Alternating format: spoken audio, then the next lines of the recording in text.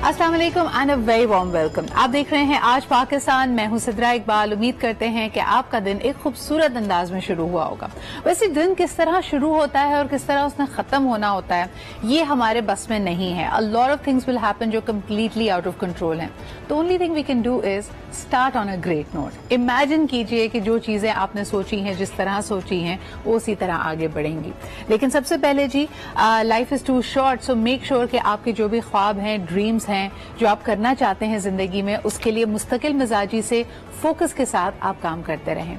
आज सबसे पहले जी एक्नॉलेज करना चाहेंगे पाकिस्तान की कारोबारी दुनिया की एक मायनाज शख्सियत सिराज कासिम तेली साहब को, जो कल दुबई में इंतकाल कर गए।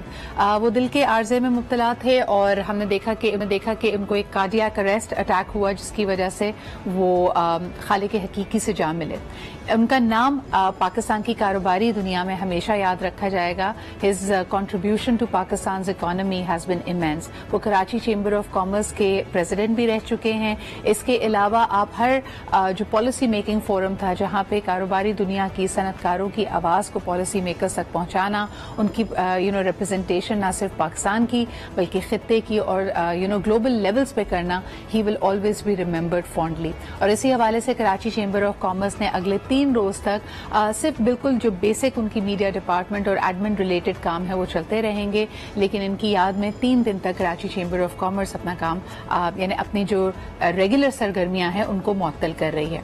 आगे बढ़ते जी प्रोग्राम में, आज के दिन के हवाले से दिसंबर 2020, ये दिन बड़ा इंपॉर्टेंट है, खासतौर पर जब हम पाकिस्तान में बात करते हैं करप्शन के हवाले से। तो हमने देखा कि एक नैरेटिव में बड़ी तब्दीली आई है। गुज़िश्ता 10 सालों में इसको फोर फ्रंट पे रखा गया है कि अगर आपके यहाँ करप्शन होती है, and by that I just not mean financial corruption but also moral corruption, तो वो मुल्क में और खास तौर पे इतने ज्यादा कसीर ज़खायर और वसाइल होने के बावजूद हमारे मुल्क में हम देख सकते हैं कि क्या बदहाली है।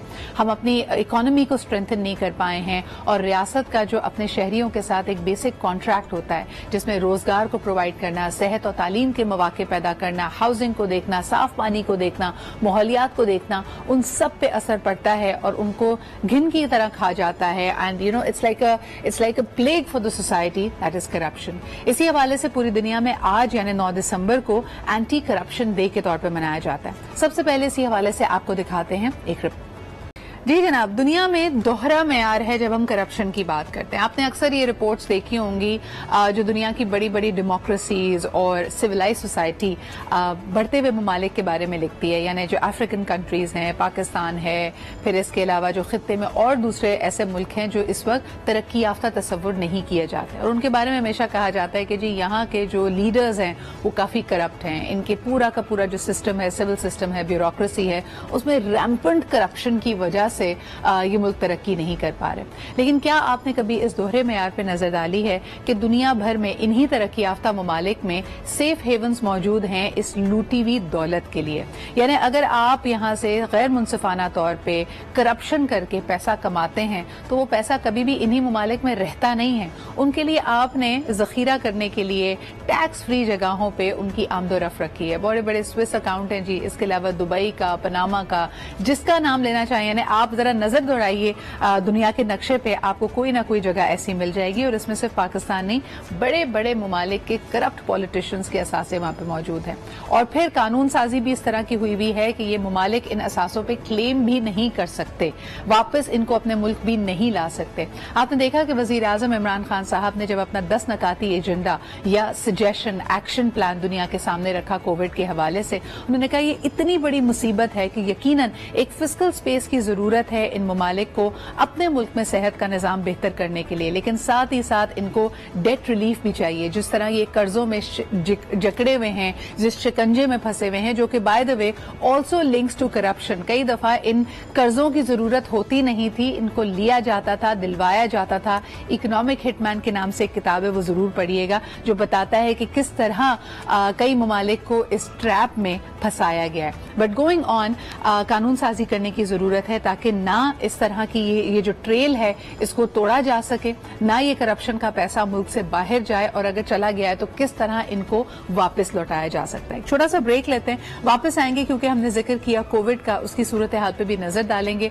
अभी भी पाकिस्तानी अवाम बल्कि दुनिया के कई ममालिक में लोग इसको सीरियसली नहीं ले रहे, इस पे बात करेंगे एक छोटे से ब्रेक के बाद। Welcome back after the break. पूरी दुनिया की सियासत इस वक्त कोविड-19 से जुड़ी हुई है। जरा आपको हाल अहवाल बताते हैं बरतानिया का, जहां आपने देखा कि बाकायदा एक महाज बोरिस जॉनसन के लिए सामने मौजूद था और उनके लिए बड़े मुश्किल हालात थे क्योंकि वो आखिरी वक्त तक रेजिस्ट कर रहे थे लॉकडाउन की तरफ। लेकिन जब आपने देखा कि एक पॉइंट आया था, उनका ख्याल था कि वैसे भी आप वहां का अगर मौसम और हाल अहवाल देखें तो अगर मौसम सनी ना हो तो लोग घरों में ही रहते थे, लेकिन एक वक्त ऐसा आया बीच में जब इनको एक ऐसा वीकेंड मिल गया जिसमें मौसम बहुत खुशगवार था एंड बरतानवी शहरी बीइंग बरतानवी शहरी वो इस मौसम को एंजॉय करने के लिए पार्क्स में पहुंच गए। कहा यह जाता था कि उसके बाद अगर बोरिस जॉनसन ने लॉकडाउन नहीं लगाया तो हो सकता है कि उनकी हुकूमत का तख्ता ही पलट जाए।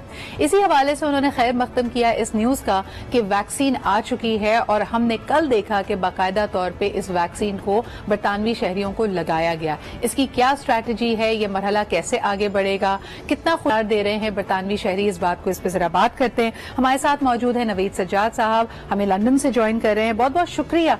आपने जिस तरह हम खबरों में देख रहे हैं नवीद के यूके ने अप्रूव किया है ये कोरोना वायरस की वैक्सीन को सबसे पहले, और कल बाकायदा तौर पे पहली दफा इसको बरतानवी शहरियों को वैक्सीनेट किया गया। क्या माहौल था, क्या रद्द अमल था, लोगों ने खैर मकदम किया है इस वैक्सीनेशन का? जी बहुत शुक्रिया। बरतानिया भर में कोविड-19 की वजह से 2020 जो था वो बहुत मुश्किल से गुजर रहा है। बरतानिया की अवाम कम्युनिटी तमाम में खौफ व हरास है। जैसा कि ये दिसंबर का माह है, क्रिसमस की खुशियों के लिए तमाम ज्यादातर जो लोग हैं वो शॉपिंग करते हैं, अपने अजीज़ो अकारब को तोहफ़े देते हैं, एक दूसरे को मिलने जाते हैं। ये तमाम तर इस वक्त जो है वो बंद है। वो उस तरीके से पब्लिक एक दूसरे के घर नहीं जा सकती जिस तरीके से 2019 में जाते थे। लेकिन कोविड के खौफ व हरास की वजह से तमाम का निज़ाम जिंदगी मफलूज है।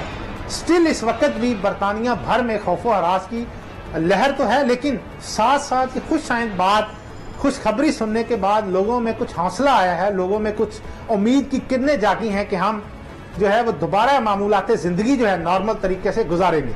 अलबत्ता गवर्नमेंट बरतानिया की काविशों की वजह से, साइंसदानों और डॉक्टरों की मेहनत के बाद गवर्नमेंट ने कोविड-19 की वैक्सीनेशन की अप्रूवल के बाद बरतानिया कम्युनिटी के लिए ये वैक्सीनेशन जो है वो मुहैया कर दी गई है। ये बताइएगा नवीद के जब ये वैक्सीनेशन आई है तो क्या रद्द अमल है लोगों का, यही मेरा आपसे सवाल था, और इसके लिए स्ट्रैटेजी क्या है? हम जानते हैं कि वहाँ पे जो निज़ाम सेहत है एक वेलफेयर स्टेट के तौर पे देखा जाता है बरतानिया को, नेशनल हेल्थ सर्विसेज का एक मकाम है पूरी दुनिया में। क्या ये सीनियर सिटीजन से शुरुआत होगी, नौजवानों से शुरुआत होगी, फैमिलीज को पहले देखा जाएगा, बच्चों को पहले देखा जाएगा? इसकी जो तरसील का सिलसिला है, इसको वैक्सीनेशन की जो ओवरऑल स्ट्रैटेजी है वो क्या है? इस वैक्सीनेशन को किस तरीके से डिलीवर किया जाएगा, किन लोगों को ये लगाई जाएगी, उसके लिए गवर्नमेंट बरतानिया ने एक प्लान मरतब किया। उसके अंदर उन्होंने सबसे पहले जो सबसे ज्यादा ओल्ड लोग हैं 80 साल से ज्यादा या 80 साल के लोग जो हैं उनको ये डोज मुहैया की जाएगी। उनके साथ साथ जो उनकी केयर करते हैं, जो उनकी लुक आफ्टर करते हैं, उनको भी ये वैक्सीनेशन दस्तयाब होंगी। नेशनल हेल्थ सर्विसेज डिपार्टमेंट वहां पर ये मेडिसिन जो है वैक्सीनेशन रख दी गई है।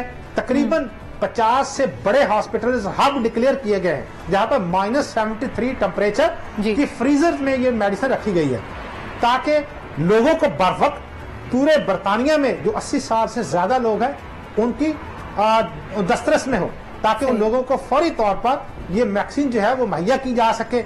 उसके बाद 70 साल, उसके बाद 65 साल, इस तरीके से 5-5 साल जो है वो फॉल करते हुए तमाम तर लोगों को वैक्सीन मुहैया करने का हुकूमती प्लान है। लेकिन पहले मरहले में तकरीबन बिल्कुल नवीद, मैं आप चाहूंगी वेरी क्विकली, मेरे पास वक्त थोड़ा कम होगा, मुझे ये बताइएगा कि जब हम इस वैक्सीनेशन की बात कर रहे हैं तो हमारी इतलात के मुताबिक हर बंदा जिसको वैक्सीनेट किया जा रहा है उसको एक कार्ड भी दिया जा रहा है। क्या ये राब्ते के लिए है या उसकी आइडेंटिटी के लिए है? इस कार्ड के बारे में हमें बताइएगा जरा।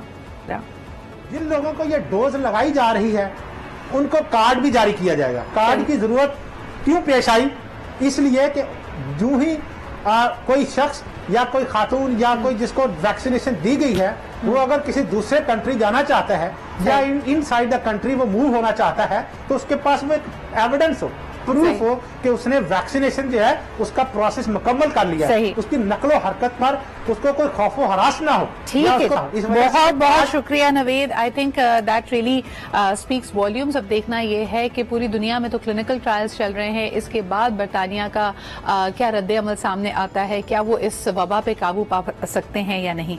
अब बढ़ते हैं जी एक और बहुत ही इंपॉर्टेंट इंटरनेशनल इशू की तरफ। जब हमने आपसे पहले भी जिक्र किया था कि पाकिस्तान ने एक डोसियर इंडिया के खिलाफ, इंडिया के जो मुख्तलिफ सरगर्मियां रही हैं, दहशतगर्दी, इंतहा पसंदी को पाकिस्तान में फरोग देने के हवाले से, उसके शवाहिद पे मबनी एक बहुत ही इंपॉर्टेंट डोसियर पेश किया गया है यूनाइटेड नेशंस में। इस हवाले से बात करने के लिए हमारे साथ मौजूद हैं एम्बेसडर जमील अहमद। जरा जानेंगे, क्योंकि पहले भी हम इसके ऊपर प्रोग्राम कर चुके हैं, कि अब क्या रद्द अमल सामने आ रहा है, क्या दुनिया ने कान धरे हैं हमारी इन शवाहिद पे, और इसके बाद पाकिस्तान को क्या करने की जरूरत है। अस्सलाम वालेकुम एम्बेसडर जमील। जी वालेकुम अस्सलाम। यकीनन ये बहुत एक कलीदी किस्म का टॉपिक आपने चुना है और हमारे लिए अहमियत का इसलिए भी हामिल है कि इंडिया अपने तौर पर अपनी कोशिशें काविशें जारी रखे हुए है कि किसी तरीके से दुनिया अक़वाम को वो ये समझाए कि वो मजलूम है और वो विक्टिम है टेररिज्म का, और टेररिस्ट हमारी तरफ से या दरअंदाजी हमारी तरफ से हो रही है। इस दफा बहुत मरबूत किस्म का ये डोजियर और बहुत ही जामे किस्म का डोजियर ये पेश किया गया है। जहां तक डोजियर का ताल्लुक है, जहां तक एविडेंस का ताल्लुक है, ये पहली मर्तबा काफी मजबूत किस्म का एविडेंस पेश हुआ है। 1917 में भी था लेकिन ये उससे ज्यादा बेहतर है। तो अब इसका जब तक डिप्लोमेसी में आजकल 3 किस्म की डिप्लोमेसी ज्यादा अहम है और चौथी अहमियत अख्तियार कर गई है। एक है ट्रेडिशनल डिप्लोमेसी, एक है लीगल डिप्लोमेसी और एक है पब्लिक डिप्लोमेसी, और चौथी जो आजकल और बहुत ज्यादा अहमियत हासिल कर गई वो डिजिटल डिप्लोमेसी की है, जिसमें ब्लॉग है, जिसमें फॉरेन पॉलिसी के अपने तमाम अहदाफ, उसकी प्रमोशन सारी की जाती है इसके तहत। तो जब तक ये चारों डिप्लोमेसी की स्ट्रीम्स हैं उनको हम इस्तेमाल करते हुए इन एविडेंस को दुनिया अक़वाम तक न पहुंचाएं और लीगल डिप्लोमेसी के तहत सिक्योरिटी काउंसिल और जनरल असेंबली में न पहुंचाएं और मुख्तलिफ रीजनल ऑर्गेनाइजेशन में, उस वक्त तक ये अपने अहदाफ हासिल नहीं कर सकेगा। बिल्कुल। एम्बेसडर जमील, आपसे पूछना चाहूंगी कि इसमें पाकिस्तान की जो एक स्ट्रांग पोजीशन और स्टांस रहा है, हमने देखा कि जो पुलवामा के बाद हालात घटे हैं, फिर जिस तरह पाकिस्तान ने रेजिस्ट किया एक मिलिट्री स्क्रिमिश में अपने आप को इन्वॉल्व करने को और बड़ा क्लियर मैसेज दिया, उसको मलाइन करने की बहुत सारी साजिशें भी होती रही। लेकिन इस वक्त इस डोसियर को लॉन्च करना, इसको जैसे खुद इशारा दिया, ये बहुत ही मजबूत एक सब्सटेंसिव एविडेंस का डोसियर है और इसके साथ साथ ये पाकिस्तान की ऑफेंसिव डिप्लोमेसी का भी एक कड़ा वार है। आप क्या समझते हैं कि पाकिस्तान की पोजीशन को इस वक्त कौन से फैक्टर्स हैं जो मजीद स्ट्रेंथन कर रहे हैं? फैक्टर्स इस वक्त तो जियो पॉलिटिकल और जियो स्ट्रेटेजिकल फैक्टर्स जो हैं वो स्ट्रेंथन कर रहे हैं, क्योंकि अमेरिका का इंटरेस्ट हमसे आजकल जुड़ा हुआ है अफगान के हवाले से, चाइना का और इस ब्लॉक का इंटरेस्ट हमसे जुड़ा हुआ है BRI और CPEC के हवाले से और हमारे खिते में जो अहमियत है उसके हवाले से, और उसके अलावा हमारा अपना जो ECO और हम SCO के मेंबर हैं, और उसके अलावा इस ब्लॉक में जिस तरह हम मुतहरिक हैं उसकी अहमियत है। लेकिन आपके सवाल जो था वो ज्यादा अहमियत इस लिहाज से हासिल कर जाता है कि हमें अब करना क्या चाहिए। अभी हमें करना चाहिए इस तरह के, अभी पब्लिक हमारे जो परमानेंट रिप्रेजेंटेटिव है मुनीर अकरम साहब, उन्होंने कहा है कि हम प्लान कर रहे हैं कि इसको सिक्योरिटी काउंसिल में ले जाएं। अब प्लान की बात नहीं है, अब जल्दी इसको, हमारे पास वो जराए हैं, अभी हमारे ऐसे दोस्त हैं कि सिक्योरिटी काउंसिल में ले जाएं। गो के चांसेस यही है कि सिक्योरिटी काउंसिल में इस पे बंद कमरे वाली मीटिंग ही होगी, या शायद इस दफा कुछ ज्यादा वो हो जाए और उस वक्त ये मीटिंग आगे बढ़ सकती है, क्योंकि इस डोसियर में दिया हुआ है। और मुनीर अकरम जो हमारे वहां परमानेंट रिप्रेजेंटेटिव हैं, उन्होंने ये बिल्कुल वाज़ेह तौर पे बता दिया है कि दोनों ममालिक इस कॉन्फ्लिक्ट को इजी न ले दुनिया दुनिया अगर इजी लिया तो ये दोनों न्यूक्लियर ममालिक हैं। हमारे अच्छा एम्बेसडर साहब, इसमें एक बड़ा अहम नुक्ता जो हम बार बार बात करते हैं, ऑफ कोर्स कश्मीर पे हमारा नुक्ता नजर हमारी फॉरेन पॉलिसी का एक कॉर्नरस्टोन है, कलीदी हिस्सा है, लेकिन कश्मीर में ह्यूमन राइट्स वायलेशन के हवाले से तो पाकिस्तान हमेशा बात करता रहा है। वजीर आजम इमरान खान साहब खुद कहते हैं कि मैं दुनिया भर में कश्मीरी आवाज का एक नुमाइंदा हूं, उसका सफीर हूं, लेकिन इस वक्त अगर हम भारत की तरफ नजर डालते हैं तो मुख्तलिफ नौइयत की बड़ी संगीन ह्यूमन राइट वायलेशन हो रही हैं। आप देख रहे हैं कि कल भी वहां के किसानों ने भारत बंद मूवमेंट के हवाले से बात करना शुरू की है कि जो नए लॉज लाए जा रहे हैं, इसके अलावा दूसरा लॉ हम देख सकते हैं कि जहां जहां बीजेपी की हुकूमत है उन्होंने लव जिहाद के नाम से एक नया लॉ लाने की कोशिश की है, जिसमें वो कह रहे हैं कि जितनी हिंदू कम्युनिटी की लड़कियां होती हैं उनकी फोर्स्ड कन्वर्जन करके शादी की जाती है। तो एक तरह से इंटरफेथ मैरिजेस पे भी वो एक रोक लगाने की कोशिश कर रहे हैं। ये तमाम चीजें इंसानियत के खिलाफ हैं और लोगों के बेसिक ह्यूमन राइट्स को वायलेट करती हैं। क्या आपको लगता है इस डोसियर में ये इस तरफ भी इशारा होगा? नहीं, इस डोसियर में उस तरफ इशारा सिर्फ इस हद तक है कि सीज़फायर वायोलेशन की बहुत ज्यादा जिक्र किया गया है और उस वायोलेशन की वजह से और वहां से कुछ जो खास तौर पे पाकिस्तान को हवाला बनाते हुए बताया है कि हिजबुल अहरार और उसके अलावा वहाँ जो है टीटीपी और उसके साथ मजीद उन्होंने दाइश पाकिस्तान बनाने की कोशिश कर रहा है रॉ और इंडिया इस वक्त, तो उस पे ज्यादा जोर दिया गया है और तकरीबन 20,000 जो टेररिस्ट एक्टिविटीज की हैं इंडिया ने उस पे बताया गया है। जो चैप्टर 2 के तहत यूनाइटेड नेशंस के चार्टर के चैप्टर 2 के तहत जो वायोलेशन हुई है चैप्टर 2 सब आर्टिकल 4 के तहत और सिक्योरिटी काउंसिल रेजोल्यूशन की 1373 नंबर है उसके तहत जो वायोलेशन हो रही है उस पे, क्योंकि वो लीगल डिप्लोमेसी का एक हिस्सा है जो मैं पहले जिक्र कर चुका हूँ, तो उन चीजों के उनकी तवज्जो मबजूल कराई है। अहमियत की बात यह है कि पहली दफा पाकिस्तान ने एविडेंस के साथ टेररिज्म इंडिया को करते हुए बताया है, नाम दिए हैं कि कौन कौन से अफसर अफगानिस्तान में बैठ के बलूचिस्तान में बीएलओ को मिला के और उनके बाकी फोर्सेस को मिला के और एक दाइश पाकिस्तान बना के और किस तरह वो आगे बढ़ रहे हैं। एम्बेसडर जमील, एक और सवाल मेरा होगा, क्योंकि इसमें मजहबी इंतहा पसंदी दहशतगर्दी के एलिमेंट्स हैं। आपने खुद बताया कि आईसिस और दाइश का इसमें जिक्र होता है जो कि मिडिल ईस्टर्न पॉलिटिक्स और मिडिल ईस्टर्न रिलेशंस के लिए बड़ा एक सिग्निफिकेंट फैक्टर है। हम जैसे कि जानते हैं कि मशरक़ वुस्ता में नई अलायंसेज इस वक्त वजूद में आ रही हैं, नई एडजस्टमेंट्स हो रही हैं। ये हमारा डोसियर मिडिल ईस्ट में हमारे ताल्लुकात के लिए कितना रेलिवेंट है, जहां पे दाइश और आईसिस और इस तरह की इंतहा पसंद ग्रुप्स के हवाले से एक बड़ा एक सरगर्म मुहिम चल रही है इस वक्त? देखिए, इस वक्त जो नया मंजरनामा उभरा है खासतौर पर गल्फ कंट्रीज जो इस वक्त नरम गोशा रखने लगे हैं और उन्होंने एक्सेप्ट कर लिया इजराइल को, तो एक ट्रायो बन गया है, इसमें एक नेक्सस बन गया है। इजराइल हो गया, इंडिया हो गया और गल्फ कंट्रीज सब उसमें शामिल हो गए हैं। दानिस्ता गैर दानिस्ता या जाहिरन या बातिन वो शामिल हो गए हैं इसमें। लिहाजा इंडिया कि उस इन्फ्लुएंस को जो बढ़ाने की कोशिश कर रहा है, तकरीबन बढ़ाता जा रहा है, उस काउंटर मेजर के लिए हमें अपने नए फॉरेन पॉलिसी के अहदाफ फिक्स करने होंगे, नए रिसोर्सेज हमें देने पड़ेंगे उन एम्बेसीज को भी और वहाँ के जो पाकिस्तानी कम्युनिटी है, खासतौर पे वहाँ जो हमारे पाकिस्तान के तकरीबन 22 लाख सऊदी अरब में है और 17-18 लाख जो हमारे यूएई में है, उनको हमें थोड़ा सा मजीद एम्पावर करना होगा इस सिलसिले में। उसके बाद जाके फिर हम कुछ अहदाफ हासिल कर सकते हैं जो हम चाहते हैं। वरना इस वक्त हमारे खिलाफ इंडिया क्योंकि उसको थोड़ी सी एज हासिल हो गई है अमेरिका की तरफ से, इजराइल की तरफ से, जिसकी वजह से हमें दुश्वारियां न सिर्फ अभी पेश आना शुरू हो गई हैं, आगे जाके मजीद हमें कॉम्प्लेक्सिटी नजर आएगी। लिहाजा जो आपने जिस तरफ इशारा किया तो गल्फ कंट्री से उसमें कोई फेवर मिलने की मुस्तकबिल करीब में कोई चांसेस नजर नहीं आ रहे हैं, बल्कि उसमें इनकी ज्यादा नजर आ रही है। तो एम्बेसडर जमील पे मेरा आखिरी सवाल आपसे ये होगा कि हम देखते हैं कि इंडिया ने और जिस तरह ये हालात उभर कर सामने आए हैं, सार्क कंट्रीज में, साउथ एशिया में हमें इतनी सपोर्ट हासिल नहीं है। हमारी एक एज था, एक स्ट्रेटेजिक डेप्थ थी, मिडल ईस्टर्न कंट्रीज के साथ रवाबित थे। हम हमेशा बात करते हैं बहरीन से, कतर से, ओमान से एंड ऑफ कोर्स सऊदी अरब से बड़े क्लोज ताल्लुकात होने के। अगर ये दोनों खित्तों से हमें बहुत ज्यादा सपोर्ट नहीं मिल रही तो what is Pakistan's foreign relations and foreign policy future? Unfortunately, because of the new development, despite the best efforts which the new government is making, and they had really achieved some of the targets in terms of Kashmir, but despite all those things, we are really not been able to make sound grounds for in our favor.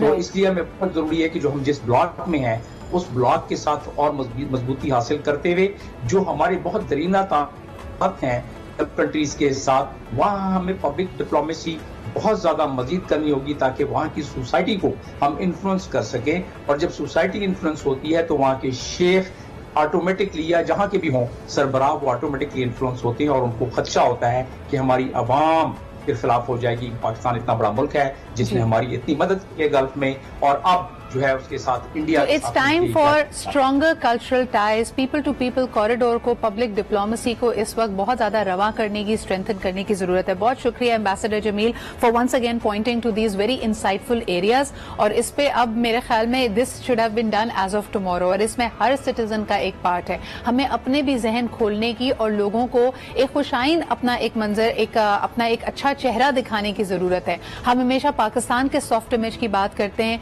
याद रखिए हम में से हर शख्स पाकिस्तान का सफीर है। बहुत शुक्रिया एम्बेसडर जमील होने के लिए। एक छोटा सा ब्रेक लेते हैं, will be right back. Welcome back after the break. आप देख रहे हैं आज पाकिस्तान। बात जरा करते हैं जी, दिलकश और खूबसूरत हर लड़की और हर मर्द भी नजर आना चाहता है, लेकिन होता यह है कि आप कभी कभार ऐसी ग्रेव मिस्टेक्स करते हैं जिससे आप अपना ततियानास कर लेते हैं, जिसको कहते हैं ना, I used to have a friend जिससे सतियानास नहीं बोला जाता था, she used to call it ततियानास। तो अच्छा खासा आप अपने स्किन का बुरा हाल करते हैं, and lack of information, ignorance can lead you in to these circumstances. एक बड़ी कॉमन प्रॉब्लम जो लोग फेस करते हैं कि उनका कंप्लेक्शन इवन नहीं रहता, यानी कहीं कहीं उनको काले धब्बे, फ्रेकल्स नजर आते हैं। ये धूप में ज्यादा जाने की वजह से भी हो सकता है, या फिर ये अलामत हो सकती है डीपर हेल्थ इश्यूज की या कंडीशंस की, कि आप में, आपकी बॉडी में हो सकता है खून की कमी है, आपको हो सकता है थायराइड प्रॉब्लम डेवलप हो रहा है, मुख्तलिफ हेल्थ कंडीशंस हो सकती हैं। इसकी वजह से जो हम गलत स्टेप्स लेते हैं, अपनी स्किन को और खराब कर लेते हैं, वो जरा बात करने की जरूरत है कि कौन सी दवा आपके लिए काम कर सकती है, कौन सा ट्रीटमेंट कर सकता है, and what all do you need to know. तो आज हमारे साथ मौजूद हैं डर्मेटोलॉजिस्ट हैं डॉक्टर अर्मिला जावेद। आइए उनसे जानते हैं कि झाइयों के लिए, फ्रेकल्स के लिए और स्किन जो इवन नहीं है, पिगमेंटेशन हो रही है, क्या किया जा सकता है। अस्सलाम वालेकुम and good morning doctor Urmila. अस्सलाम वालेकुम, गुड मॉर्निंग। क्या हाल चाल है आपके? और ये बड़ा कॉमन मसला है, अमूमन बच्चियों में कम होता है, लेकिन इन योर 20s और खास तौर पे खवातीन जब प्रेग्नेंट होती हैं तो देखा गया है कि उनके चेहरे पे सियाह धब्बे या झाइयां पड़ जाती हैं। इसकी तरफ जरा बताइएगा कि ये क्या इंडिकेट कर रहा होता है आपकी हेल्थ के बारे में।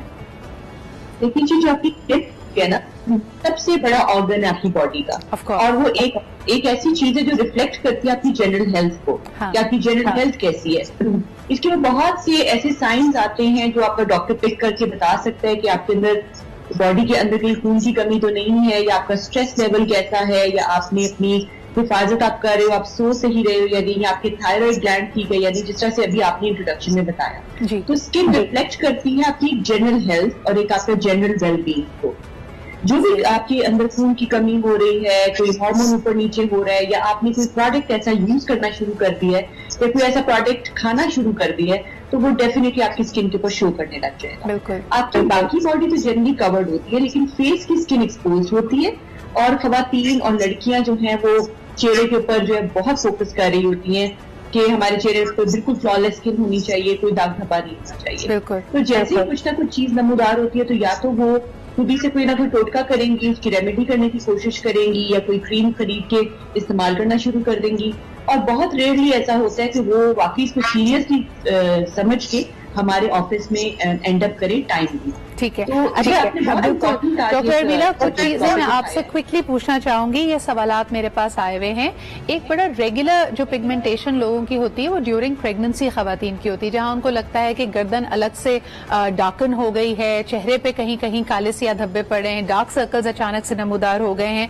अच्छा, इसके बारे में दो राय पाई जाती है। खवातीन क्योंकि कॉन्शियस होती हैं तो वो कुछ ना कुछ इस्तेमाल करना शुरू कर देती हैं, लेकिन जो उनके घर में बुजुर्ग होते हैं उनको कहते हैं कि ये वक्ती है, जब आप बेबी डिलीवर कर लेंगे, जब आपके हार्मोन्स दोबारा बैलेंस हो जाएंगे, ये खुद ब खुद चली जाएगी। तो पहले तो ये बताइए कि अगर प्रेग्नेंट खवातीन को पिगमेंटेशन हो रही है ड्यूरिंग प्रेगनेंसी, उसको ट्रीट करना चाहिए या you should just let it be? देखिए जो प्रेगनेंसी में स्पेसिफिकली अगर हम बात करें उसमें जो पिगमेंटेशन होती है उसको हम उसका नाम है मास्क ऑफ प्रेगनेंसी। उसको हम स्पेसिफिक एक टर्म देते हैं मास्क ऑफ प्रेगनेंसी। जिस तरह और बहुत से चेंजेस बॉडी के अंदर आते हैं उसी तरह कुछ खवातीन के चेहरे के ऊपर एक छाई सी नमूदार हो जाती है जो या तो सिर्फ चीक्स तक होती है या वो चीक्स, नोज और इवन फोरहेड को और थोड़ा बहुत ये चिन और अराउंड भी जो लिप्स एरिया इसको भी अफेक्ट कर लेती है। इसको मास्क ऑफ प्रेगनेंसी कहा जाता है। लेकिन जिस तरह से बड़े बुजुर्ग कहते हैं कि कुछ टाइम के बाद ये खत्म हो जाएगा, इसी तरह से बड़े बुजुर्ग जो है वो अक्सर जब बच्चे बड़े हो रहे होते हैं तो दानों के लिए भी कहते हैं कि खत्म हो जाएगा। डेफिनेटली ये चीज खत्म तो हो जाती है, सेटल हो जाती है और कम हो जाती है। लेकिन मैं आपको यहाँ पे तवज्जो इस चीज पे दिलाना चाहूंगी कि ये सिर्फ और सिर्फ हार्मोन का जो up and down hormone changes होती है सिर्फ उसकी वजह से नहीं होता।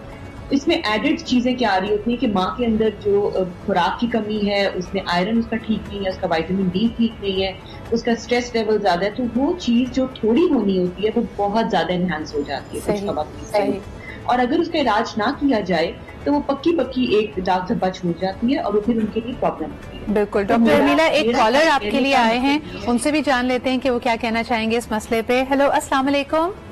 वालेकुम अस्सलाम जी, कौन सा आप कहाँ से बात कर रहे हैं? जी मैं सक्कर से बात कर रहा हूँ, मोहम्मद काशिफ नाम है मेरा। जी काशिफ, क्या कहेंगे?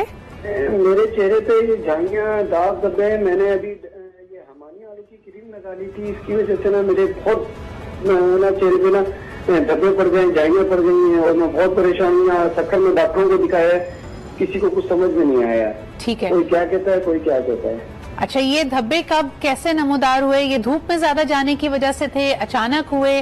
और इसमें कोई खारिश या आपको कोई वैसे तो फील नहीं होता इसमें कोई चीज? नहीं, मुझे कुछ भी खारिश वारिश महसूस नहीं होती है और धूप में जाने से भी नहीं हुआ है। ये बस अचानक हो जाते हैं, फिर खुद सही भी हो जाते हैं और फिर कोई दाने निकल जाते हैं, उसकी वजह से ना चेहरे पे ना काले निशान पड़ जाते हैं। ठीक है जी, बहुत शुक्रिया कॉल करने का। डॉक्टर उर्मिला से पूछ रहे। डॉक्टर उर्मिला, मर्दों में वैसे मैंने कम सुना है झाइयों का, लेकिन जिस तरह काशिफ कह रहे हैं कि उसमें भी बड़ा ये प्रेवलेंट होता जा रहा है मामला, क्या आपकी सजेशन होगी इनको?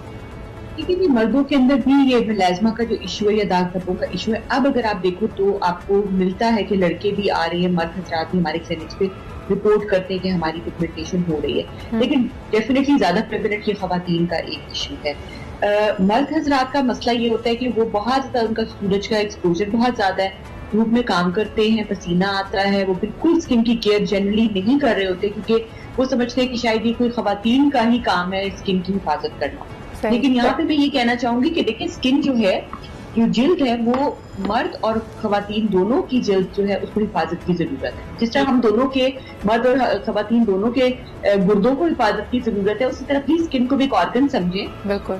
दिल की तरह, जिगर की तरह, गुर्दे की तरह, जिस तरह उनकी हिफाजत हम करते हैं उसी तरह स्किन की भी हिफाजत। अच्छा, एक सवाल पे मेरे जहन में आ रहा है डॉक्टर उर्मिला, मर्द हो या खवातीन हो, क्या स्मोकिंग की वजह से भी चेहरे पे झाइयाँ पड़ सकती हैं?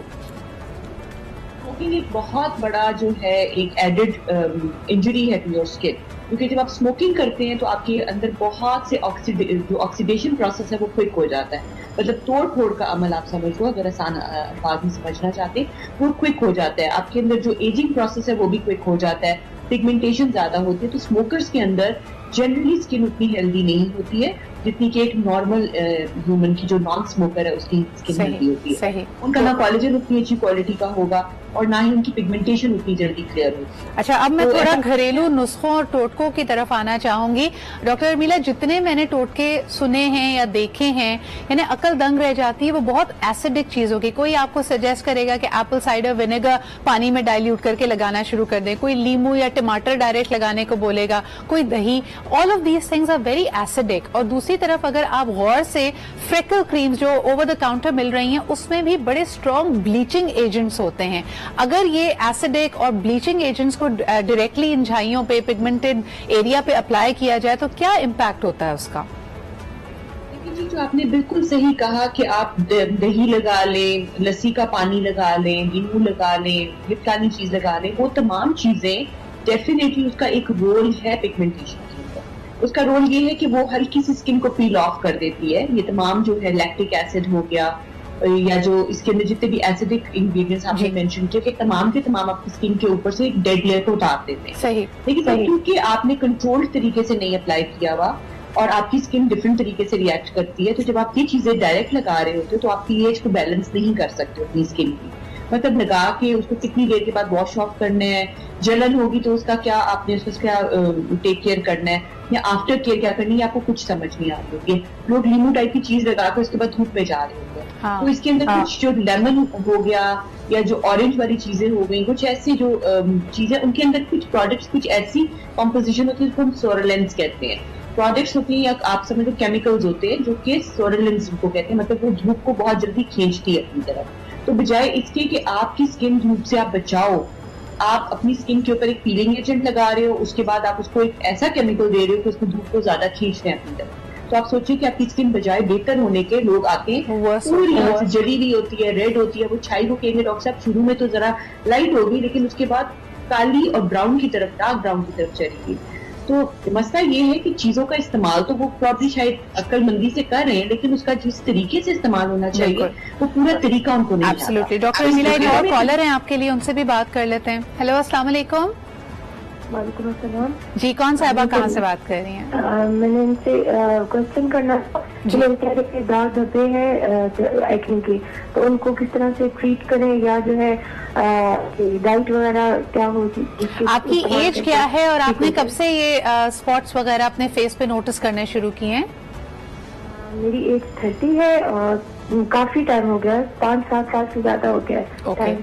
चलें, thank you so much. I think you need a deeper आपको इंस्पेक्शन की जरूरत है, डॉक्टर के पास जाके कंसल्ट की। लेकिन Armila, on the surface somebody who is 30 years old, 5-6 साल हो गए, चेहरे पे मुख्तलिफ धब्बे हैं, तो आप उसको टीनेज एक्नी या उसमें तस्वुर नहीं कर सकते। क्या कहेंगी, आपकी क्या रिकमेंडेशन होगी इनको? फॉर ऑल एज ग्रुप्स, क्योंकि हम लोग इस वक्त केटर कर रहे हैं तमाम हमारे ऑडियंस को, तो हम लोग बहुत स्पेसिफिक चीजें नहीं बता सकेंगे हर एज रिलेटेड या हर एक सिंगल प्रॉब्लम रिलेटेड, क्योंकि each and every person has to be tailored. हर एक की दवाई, हर एक का नुस्खा डॉक्टर टेलर करके बनाता है, उसकी कंडीशन के मुताबिक उसकी रिक्वायरमेंट होता है। बट ओवरऑल जो पॉपुलेशन को हमारा एक मैसेज जाना चाहिए वो ये है कि ओवर द काउंटर चीजें इस्तेमाल नहीं करनी। गोरा रंग इज नॉट समथिंग कि जो आपका मकसद होना चाहिए। आपका मकसद होना चाहिए हेल्दी, ग्लोइंग, फ्लॉलेस स्किन। ठीक है, वो अटेन करने के लिए कल भी मैंने अपने फेसबुक के ऊपर एक मैसेज पोस्ट किया है कि जो अगर आप हेल्दी खाना खाओगे आपकी स्किन हेल्दी होगी। ठीक है, सबसे पहले अपनी न्यूट्रिशन का बहुत ख्याल रखें। इस वक्त सर्दियों के अंदर आपने ऑरेंज जूस का इस्तेमाल करना है, ऑरेंज वैसे खाएं आप लोग। अपनी ड्राई डाइट के अंदर नट्स इस्तेमाल करें, जो इस वक्त हमारे पास डिफरेंट किस्म के ड्राई फ्रूट्स अवेलेबल हैं वो इस्तेमाल करें, दूध का इस्तेमाल करें, खुराक अच्छी करें, नींद अच्छे तरीके से पूरी करें। अगर खून की कमी हो रही है, बहुत ज्यादा आपकी हेवी ब्लीडिंग हो रही है, साइकिल्स हैवी हैं, आप प्लीज अपने डॉक्टर को दिखाएं, वो आपको सप्लीमेंट्स देगा ताकि आपकी खून की कमियां पूरी हो। जो चीजें इस्तेमाल करनी है आपने चेहरे पे लगाने के लिए, सबसे इंपॉर्टेंट चीज सनब्लॉक। सनब्लॉक के बगैर बाहर नहीं निकलना, चाहे वो खातून है, मर्द है, बच्चा है, टीनेजर है, व्हाटएवर। दाने हैं तो भी आपने सनब्लॉक का इस्तेमाल करना है। बहुत से ऐसे सनब्लॉक्स आते हैं जो कि दानों वाली स्किन के, ऑयली स्किन के लिए होते हैं। नेक्स्ट आपने एक ऐसा फेस वॉश इस्तेमाल करना है जो अच्छी क्लिनजिंग कर दे आपकी स्किन की, डेड स्किन को उतार दे पूरे दिन के बाद, जो गर्दो गुबार, डस्ट, डर्ट जमा हो गया उसको क्लीन अप करे। और विटामिन सी का इस्तेमाल करें। क्रीम जो ओवर द काउंटर मिलती है उसमें पढ़ें कि विटामिन सी है या नहीं है। ग्लूटाथायोन उसके अंदर डला हुआ है तो एक्सेलेंट एंटीऑक्सीडेंट। लेकिन डॉक्टर अर्मिला, कभी कभार विटामिन सी भी सेंसिटिव स्किन को अफेक्ट कर जाता है, तो आई वुड स्ट्रांगली से कि आप जो भी चीज लें, ये general guidelines, excellent guidelines and tips by doctor Armila. बिल्कुल क्विकली डॉक्टर अर्मिला, आजकल लेजर की भी बात की जा रही है कि ये पिगमेंटेशन को खत्म कर देता है, उसकी एफिकेसी है या नहीं और कितनी सिटिंग्स होती हैं इसकी? मैं ये बताना चाहूंगी कि जो हम क्रीम्स की बात कर रहे थे उसमें विटामिन सी आपने बोला इरिटेट कर देता है। जो over the counter vitamin C आता है वो सीरम फॉर्म में नहीं होता, वो क्रीम्स की फॉर्म में होता है। उसके अंदर बहुत कम कॉन्सेंट्रेशन होती है, वो आपको इरिटेट नहीं करेगा, आप रात को लगते हैं। और अगर आपको इरिटेशन हो रही है तो आप उसको सिर्फ 2 घंटे के लिए इस्तेमाल करें, पूरी रात हो रही। और अगर irritation about the laser, because मुझे फिर ये सेगमेंट क्लोज करना है। Regarding laser is an excellent treatment of choice, लेकिन जब तक उस लेजर को हम प्रॉपर तरीके से एक बंदे को एक्सप्लेन नहीं करते। बहुत शुक्रिया doctor Armila, because again it will vary from case to case. आप जाके कंसल्टेशन ले सकते हैं, उसकी एफिकेसी आपकी सिचुएशन पे होगी। बहुत शुक्रिया हमारे साथ मौजूद होने का। लेते हैं जी एक छोटा, बी राइट बैक। अस्सलाम वालेकुम एंड वेलकम बैक। आप देख रहे हैं आज पाकिस्तान। मैं कर रही हूँ हाथ सैनिटाइज, और अगर आप घर से बाहर हैं और हमारा शो देख रहे हैं तो प्लीज आप भी यही कीजिए, स्पेशली वो लोग जो ऑनलाइन देख रहे हैं, बिकॉज वी डोंट रियलाइज अगर आप अपने पब्लिक स्पेस में हैं, ऑफिस में हैं और वहां पे कोई भी लैपटॉप है, कंप्यूटर है, तो उस पर कई लोगों के हाथ लग सकते हैं। एंड स्पेशली मैं बार बार ये इंसिस्ट करती हूँ कि कल भी मेरा एक बैंक में जाना हुआ कि जो वहाँ का स्टाफ है, जो अमला है, वो अपना ज्यादा ख्याल रखे। ठीक है, आप कभी कभार कहते हैं कि जी कस्टमर्स हमारी बात सुनने को आमादा नहीं है, लेकिन आपकी सेहत, आपकी जिंदगी बहुत अहम है। और जिन लोगों को, किसी ने मुझे कल ये भी कहा, one of my banker, she said कि I have a breathing problem, मुझे एजमा है तो मुझसे मास्क में रहा नहीं जाता। तो फिर हमें अपनी हैबिट्स चेंज करनी पड़ेंगी। अगर आपका हाथ इधर उधर लग रहा है तो अपने चेहरे पे, नाक, मुंह, गर्दन के पास अपने हाथ को ना लेके आए, because you are putting yourself at a risk. ये बड़ी अहम नकात हैं, छोटी छोटी बातें हैं, लेकिन इनका ध्यान रखें। आज का जो मेरा टॉपिक है, कल मैंने आपसे बताया था कि बड़ा इंटरेस्टिंग हाई एनर्जी टॉपिक है। इस पे कॉल कीजिए और मुझे बताइए कि आप क्या सोचते हैं। एक टर्म है, एक इस्तिलाह है जो मुझे बड़े मजे की लगी, और अक्सर हम बात करते हुए दोस्तों में, अपने फ्रेंड्स के सर्कल में अगर बैठे हो तो ये जरूर कहते हैं। किसी भी शख्स को अगर आप एक एलिजिबल पार्टनर के तौर पे देखते हैं कि यार इसको मैं अपनी बीवी के तौर पे देख सकता हूं या मैं अपने शौहर के तौर पे देख सकती हूं, तो उसके बारे में कहा जाता है ये शादी मटीरियल है। अब ये शादी मटीरियल की डेफिनेशन क्या है, ये आज हम जानेंगे। आप जरा कॉल करके बताइए। इसमें हम हमेशा सूरत की, सीरत की, आदतों की, खानदान की, सब चीजों की बात करते हैं, लेकिन दो लोग अगर उनके बीच में अंडरस्टैंडिंग हो भी जाती है, बड़ी अच्छी दोस्ती होती है, तो कई दफा ये सुनने में आता है यार दोस्त तो बहुत अच्छी है लेकिन शादी मटीरियल नहीं है। तो ये शादी मटीरियल क्या होता है और उसके लिए हमारी दोहरे मेयार क्यों है, जरा इस पे बात करेंगे। आजकल लड़कियां क्या चाहती हैं अपने हस्बैंड में, लड़कियों को क्या चीज, क्या खुसूसियात टिपिकली चाहिए होती हैं, ये बड़ा अहम सवाल है। और क्या आपकी पसंद, क्योंकि लोग ये भी बड़ी बात करते हैं कि जी शादी सिर्फ मैं अपने लिए नहीं कर रहा, शादी खानदान के लिए होती है।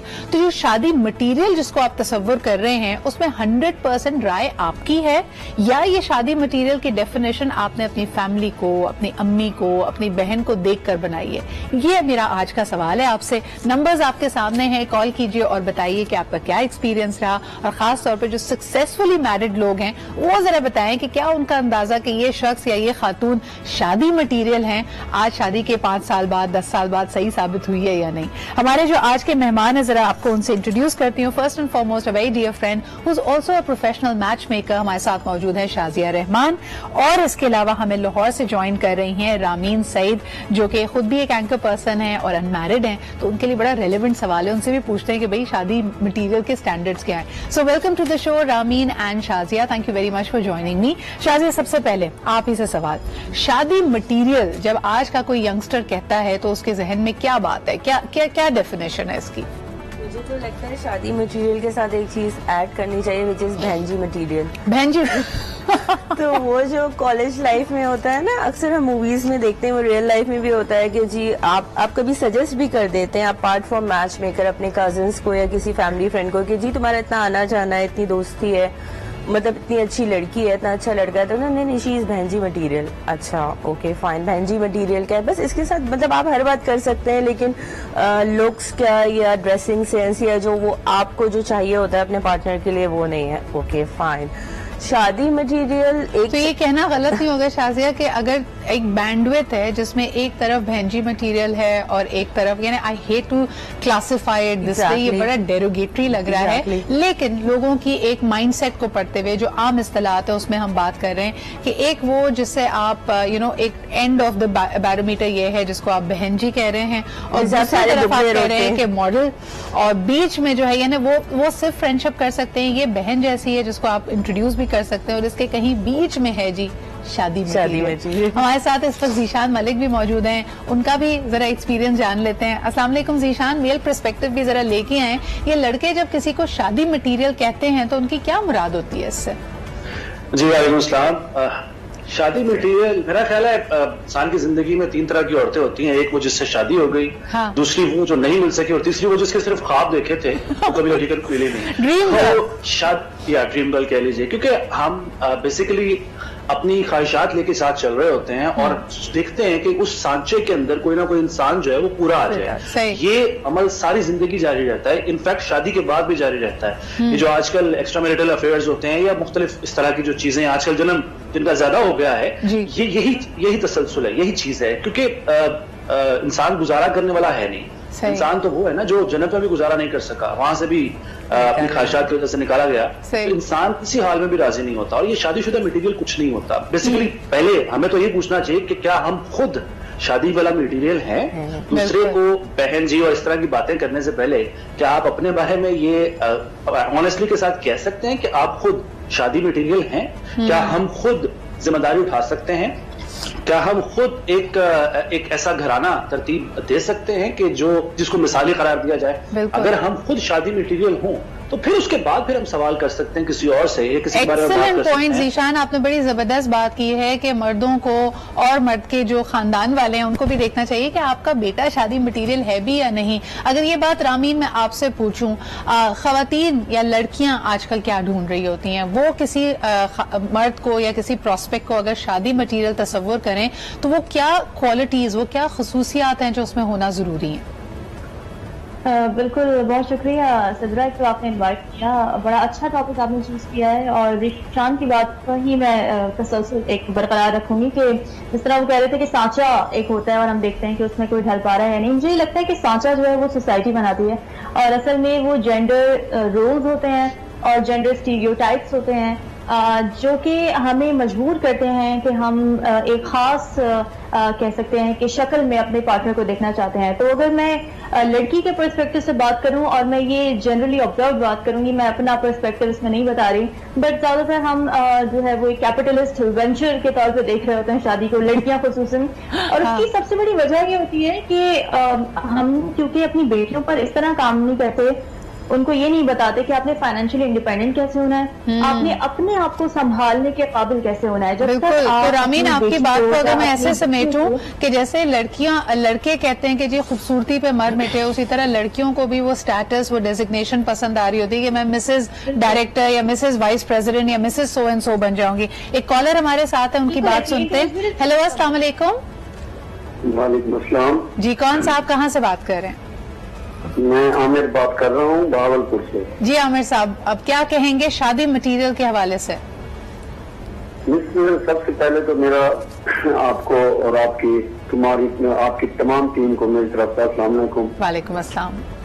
जी, मैं ये कहना चाहता था कि बंदा जब अपनी शादी के हसीन बंधन में जब शिफ्ट होता है तो उससे ये चाहिए कि वो दोनों एक दूसरे को समझें और अच्छे इखलाक के साथ अपनी जिंदगी बसर करें। बिल्कुल। उसके साथ ये सब कुछ जो है ना, ये बात की जो ज़ाहिरी जो लाइफ होती है इंसान की, तो उसमें अल्हम्दुलिल्लाह 5 वक्त नमाज में नमाज अदा करना और एक दूसरे बिल्कुल सर, एक दूसरे को समझना, एक दूसरे की वैल्यूज एक होना बड़ा अहम है। अच्छा जी, आपको बताती हूँ कि इंटरनेशनल स्टडी क्या कहती है। बहुत शुक्रिया कॉल करने के लिए।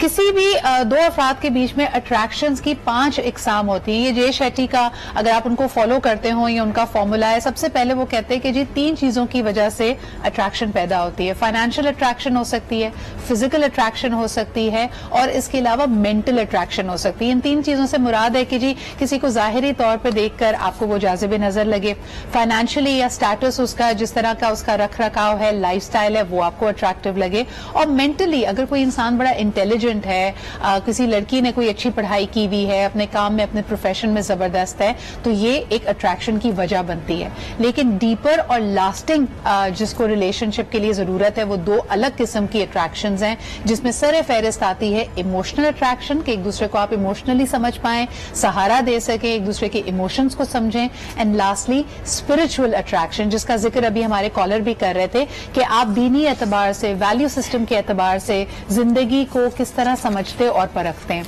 लेकिन जैसे रामीन अभी कह रही थी कि हम पहले 3 की सतह पे ही रहते हैं, लेकिन ये ट्रांजिशन भी बड़ा इंपॉर्टेंट है। शाज़ी जी, मुझे बताएं कि हमारे यहाँ क्योंकि दोनों जेंडर्स की इंटरेक्शन, अगर मैं पूरे पाकिस्तान की बात करूं, कम होती है, तो उसमें अक्सर ये देखा गया है कि लड़कियों के शादी से वाबस्ता जो तवक्कुआत हैं वो बड़ी अनरियलिस्टिक हैं। तो वो जो शादी मटेरियल कह रही हैं, वो असल में अपनी फैंटेसी का नाम है। वो एक्चुअल में ऐसा होता है कि जब लड़की या लड़का, अगर हम दोनों जेंडर्स की बात करें, जब वो बड़े हो रहे होते हैं और जब उनको इस चीज़ की समझ आ रही होती है कि जी शादी होगी, मेरी भी शादी होगी, या ग्रेजुएशन के बाद होगी, या मास्टर्स के बाद होगी, या लड़कों को ये कहा जाता है भाई पहले कमाने का तो कुछ करो, उसके बाद शादी की बात करना, तो बैक ऑफ द माइंड उनकी ये चीज हो रही होती है कि अच्छा जी अब खानदान में जो लड़की शादी होके आई है या लड़का या कोई मतलब जो भी आपके यहाँ शादी हुई है तो मेरी बीवी ऐसी होनी चाहिए, अगर घर वाले उसकी तारीफें कर रहे हैं ऐसी नहीं होनी चाहिए। वो एक खाका बनना, एक आइडियल जिसको हम बोलते थे पहले, वो बनना शुरू हो जाता है। जब आपकी वो एज आती है और आपको कोई वैसा लगता है कि अच्छा ये मुझे फिजिकली भी अट्रैक्ट कर रहा है, मुझे मेंटली भी, तो फिर आप बाकी की चीजें देखना शुरू करते हैं कि अच्छा जिसके फादर क्या करते हैं। मैं अपने हवाले से बताऊंगी कि रिश्ते के हिसाब से लोग ये कि अच्छा नहीं ये बैकग्राउंड थोड़ा समझ में नहीं आ रहा, लोग ज्यादा एजुकेटेड नहीं है, तो आप कहते हैं नहीं ये शादी मटेरियल नहीं है। हाँ, इससे बातचीत रख सकते हैं। मेरा कहने का मकसद है, रामीन आपकी तरफ लाना चाहूंगी, एक लड़की अगर सोचे कि भाई एक लड़का शादी मटेरियल है, उससे शादी की जा सकती है, वो हस्बैंड के रूप में देख रहे हैं, तो उसके साथ जो अटैच तवक्को आता है वो ये कि जब मैं खाना बनाऊं तो मेरी तारीफ करे, जब मैं तैयार होके आऊं तो मेरी तारीफ करे, मेरी एनिवर्सरीज और हमारी बर्थडेज को याद रखे, उनको सेलिब्रेट करे, सरप्राइज प्लान करे। ये एक्सपेक्टेशंस होती हैं लोगों की शादी मटेरियल से, ये कितनी रियल है आपके ख्याल में? देखिए, इस तरह की एक्सपेक्टेशंस को पूरा इंसान कुछ हद तक ही कर सकता है, और कंसिस्टेंसी जो है ना इस तरह की चीजों में रहती नहीं है बरकरार। तो फिर हम अक्सर ये शिकायतें सुन रहे होते हैं कि ये तो बदल गया है शादी के बाद, पहले तो ऐसा नहीं था। तो असल में प्रॉब्लम यही जो आप कह रही थी कि हमारा जो एक सेग्रीगेटेड एक जो निजाम है कि लड़का और लड़की का इंटरेक्शन उस तरह से नहीं होता, तो जब होता है तो एक्सपेक्टेशंस बहुत ज्यादा हैवी थे। आपका पॉइंट बिल्कुल ठीक है। और फिर वही है कि आप शुरू में करते हैं, आपका एक चार्म होता है, लेकिन फिर अल्टीमेटली नेचुरल है कि आप कंसिस्टेंसी बरकरार नहीं रख सकते।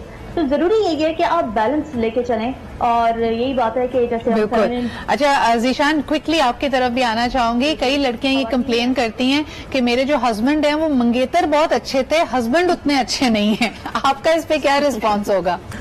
ऑन अ लाइटर नोट, एक शख्स से पूछा उसकी बीवी ने कि आप मेरी तरफ देखते नहीं, तवज्जो नहीं देते, तो उसने कहा कि मैं तुम्हें पहले ही बता देता कि मुझे शादीशुदा औरतों से कोई दिलचस्पी नहीं। तो एक्सपेक्टेशंस जो है वो नहीं लगानी चाहिए इतनी ज्यादा। दूसरी बात ये कंपैरिजंस ने हमारा बेड़ा गर्क कर दिया है। जब हम कंपैरिजन शुरू कर देते हैं कि फलां का जो शौहर है वो इतना ख्याल रखता है, मैं खवातीन के पर्सपेक्टिव से बात कर रहा हूँ, तो फलां का शौहर जो है वो ये करता है वो करता है। पहले होता था दौर की जब सिर्फ तारीफ से जो है वो औरत के साथ जिंदगी पूरी बसर की जा सकती थी, उसके खाने पीने की आपने तारीफ कर दी, लिबास की तारीफ कर दी, उसकी शक्ल की तारीफ कर दी। अब खवातीन कुछ ज्यादा चाहती हैं। अब तो रिश्ता करने से पहले भी अब सिर्फ तस्वीर नहीं बल्कि एक सीवी पूरा देना पड़ता है। जीशान, हमारा क्या कसूर है? हमें तो एडवर्टाइजमेंट भी कहते हैं मोर से ज्यादा, हमें वॉशिंग काउंटर भी आप देते हैं तो उसमें कहते हैं इतना ज्यादा, तो फिर हमें भी तो ज्यादा चाहिए ना भाई। मीडिया ने तो बेड़ा गर्क कर दिया, खासतौर पर अगर आप ड्रामास को देखें, हर दूसरे ड्रामे में यही सब कुछ चल रहा होता है। अब अगर मैं जो अब दौर चल रहा है, मैं समझता हूँ कि अच्छी खासी दौलत कमाने के लिए आपको बालों में सफेदी या फिर गंजापन आ जाता है, तब जाकर आप वो तमाम तर चीजें हासिल कर पाते हैं। अच्छा Zeeshan, I like you to hold that thought. एक कॉलर हमारे साथ है, फिर इसको कंटिन्यू करते हैं। हेलो, अस्सलाम वालेकुम। वालेकुम अस्सलाम, कैसी हैं आप? ठीक है, मैं बिल्कुल ठीक ठाक, आप कैसे हैं? हाँ, कैसे? मैं आप लोगों का प्रोग्राम बहुत शौक से देखता हूँ, आप लोग बहुत अच्छे टॉपिक सेलेक्ट करते हैं, तो थैंक यू सो मच। बहुत शुक्रिया कि आप लोग अच्छे टॉपिक सेलेक्ट करते हैं। जी, thank you so much for that kindness. अब मुझे बताइए आज के टॉपिक के बारे में आप क्या कहेंगे? आज के टॉपिक के बारे में आपने जो चीज सेलेक्ट की है कि लड़की क्या ढूंढती है, ये तो सही अच्छी बात है, लेकिन बात ये कि जब वो ढूंढ लेती तो उसके बाद का रोल कौन अदा करता है, ये पूछना है मुझे। मतलब इसको जरा और, यानी आप कहते हैं कि खानदान वालों को भी फिर अग्री करना चाहिए जिससे वो शादी करना चाहती है? नहीं, जिससे तो शादी करना चाहती है, पहले तो घर और ये जो बहनोई होते हैं बट वाले, ये इनका मुझे समझ में नहीं आता। वो बहनोई तो लाके सामने दिखा देते हैं और वो इंटरव्यू लेते हैं माँ बाप की जगह, तो वो तो अपने वैल्यू डाउन होने नहीं देते, वो तो नए लड़के को आने नहीं देते। खानदान को समझते भी तो हैं, वो वहां पे ऑलरेडी एडजस्ट किए हुए होते हैं। But excellent point, thank you so much for that. एक ब्रेक लेते हैं और उसके बाद वापस आके मैं जरा शाजिया से पूछूंगी ये बहनोई इंटरव्यू का क्या चक्कर है और इसका क्या इम्पैक्ट पड़ता है। एक छोटा सा break and will be right back. अच्छा, दो तीन चीजें हम अक्सर बात कर रहे होते हैं। हम ये कह रहे होते हैं कि भाई शादी करो ताकि सेटल हो जाओ, हालांकि शादी काफी अनसेटलिंग होती है शुरू में। फिर इसके अलावा जब लड़के को कोई भी पिच करता है, शाजिया जी इससे रिलेट कर सकती हैं, फौरन कहा जाता है लड़का बहुत स्टैब्लिश्ड है। क्या ये एक इस्तिलाह है मैच्योर लोगों के लिए कि आप जी उसकी एज पे ना जाएं, उसने काम करके अपने आप को स्टैब्लिश कर लिया, now he can afford a lifestyle जो आप इंजॉय करेंगे?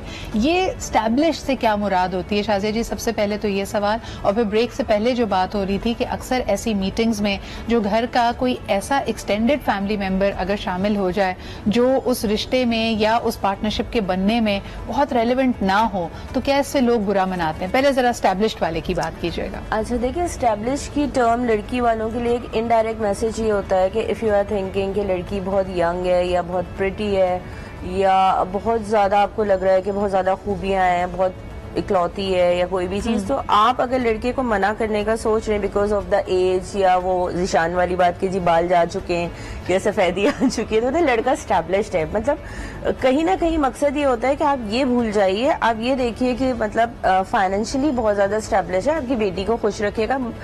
अब ये बात कम की जाती है, बट पहले तो ये भी बकायदा कहा जाता था, मैच मेकर्स कहते थे कि लड़के की उम्र कौन देखता है। तो अब वो जो लड़की की अच्छा, लड़की के लिए कभी ये लफ्ज इस्तेमाल होता है ना, लड़कियां माशाल्लाह इतना पढ़ रही हैं, पीएचडी कर रही हैं, करियर में आगे बढ़ी, कभी किसी लड़की से मिलवाते हुए लोगों ने कहा है कि लड़की बड़ी स्टैब्लिश्ड है? ये नहीं होता। ये होता है कि फाइनेंशियल बैकग्राउंड बहुत स्ट्रांग है, फादर बहुत ज्यादा स्ट्रांग है, सपोर्ट करेंगे, अच्छा खानदान है, या चचा किसी बहुत अच्छी पोस्ट पे, या ओवरऑल खानदान का इम्पैक्ट। लड़की का बहुत कम, मतलब 2% शायद इस तरह की बात होती हो कि यानी अगर लड़की माशाल्लाह बहुत पढ़ी लिखी है, कमाऊ पूत है या बिजनेस ओनर है, तो ये उसकी खूबी के तौर पे कभी पेश नहीं किया जाता। खूबी नहीं है, इनफैक्ट ये कहीं ना कहीं जाके उसकी बुराई बन जाती है कि भाई लड़की तुमसे ज्यादा स्टैब्लिश है, तो यहाँ रिश्ता देखोगे तो नखरे उठाने में ही टाइम गुजर जाएगा। यू नो, लड़का इवन लड़का इज अर्निंग वेरी वेल, लेकिन लड़की उससे ज्यादा है, तो फिर लोग ये सोचते हैं, घर वाले भी या मैच मेकर या कोई भी उनको जो पॉइंट आउट करता है कि देखें लड़की ज्यादा स्टैब्लिश है तो आप सोच लीजिए। तो मतलब ये कहीं ना कहीं मुझे लगता है जैसे ये तारीफ नहीं होती है, ये एक सिग्नल होता है, एक इंटीमेशन होता है कि रुकना है तो रुक जाइए। हाँ, ये आपको ये वो खतरे की घंटी बजा दी गई है, अब आपका डिसीजन है। अच्छा, ये जुमले अक्सर जो आपने कहा ना, ये वो इररेलेवेंट वाला, वो जो हम बहनोई फैक्टर, चच्चा फैक्टर कह रहे थे, जिनका काम ही था वो उस रिश्ते को इसी नजर से देख रहे थे कि इसकी कोई ना कोई खामी पॉइंट आउट की जाए। ये लोग क्या रोल प्ले करते हैं? अच्छा, मैं हमेशा ये बात जब कर रही होती कि जब आपके घर कोई फर्स्ट टाइम आ रहा है, चाहे लड़की वाले भी अब जाने लगे हैं, चाहे लड़के वाले भी जाने, या लड़का लड़की मिल रहे हैं, तो आप उसमें इररेलेवेंट लोगों को नहीं लेके जाएं। इवन अगर लड़का लड़की मिल रहे हैं तो जरूरी नहीं आपकी दोस्त आपके साथ जा रही हो, आपकी भाभी, आपकी बहन, कोई भी शख्स, क्योंकि आपने 1 to 1 उससे बात करनी है। अगर आपकी इमीडिएट फैमिली है तो ठीक है, बट अगर आपने अपने बहनोई को बुलाया हुआ है, मामू को, कोई दूर के चचा है कि वो जी बहुत समझदार हैं, वो फैसले अभी तो लड़के जैसे अंग्रेजी में कहते हैं ना Shazia, too many cooks spoil the broth, यानी बहुत सारे लोग आ गए। एक कॉलर हमारे साथ है, उनसे बात करते हैं। हेलो, अस्सलाम वालेकुम। जी वालेकुम अस्सलाम। सिद्रा, कैसे आप लोग? मैं बिल्कुल ठीक ठाक। कौन साहबा बात कर रही हैं? सबूही जोड़ी बात कर रही हूँ इस्लामाबाद से। कैसी हैं सबूही? मैं बिल्कुल ठीक हूँ। आपका टॉपिक, मैं इतनी जल्दी उठने वालों में से नहीं हूँ, लेकिन ये जो आपके टॉपिक्स और आपका प्रोग्राम है, मुझे उसमें बड़ी अच्छी आदत डाल दी कि मैं जल्दी उठने लगी। थैंक यू सो मच आपके प्रोग्राम के लिए। अच्छा, टॉपिक बहुत अच्छा है आपका सिद्रा जी आज का जी। और मैं ये कहना चाहूंगी कि किन चीजों को देखना चाहिए या ढूंढना चाहिए। सबसे बड़ी बात तो ये कि लड़कियों को अपनी फैंटेसीज को खत्म करना पड़ेगा, एटलीस्ट आजकल के जमाने में।